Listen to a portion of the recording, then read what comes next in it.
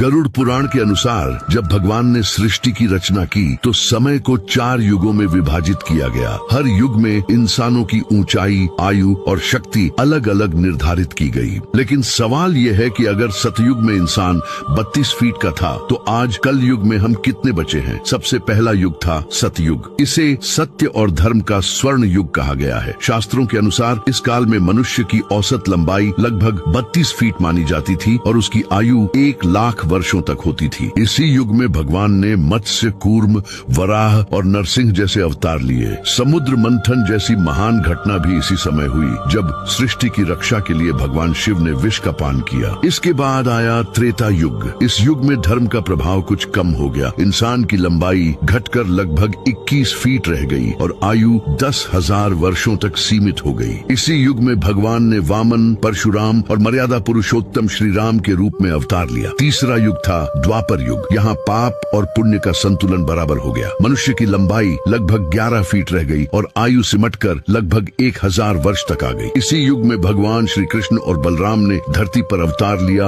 और महाभारत का महान युद्ध हुआ। अब चल रहा है कलयुग। इसे अधर्म और पतन का युग माना जाता है। आज इंसान की औसत लंबाई केवल 5 से 6 फीट रह गई है और आयु भी घटकर 60 से 70 वर्ष तक सिमट गई है। गरुड़ पुराण में यह संकेत मिलता है कि कलयुग के अंत तक मनुष्य की आयु केवल 20 वर्ष रह जाएगी और उसका कद मात्र 1 फीट का हो जाएगा। तो क्या आपको लगता है कि कलयुग का अंत धीरे धीरे पास आ रहा है? अपनी राय कमेंट में बताइए और कमेंट में लिखें जय श्री परमहंस दयाल की प्रभु जी।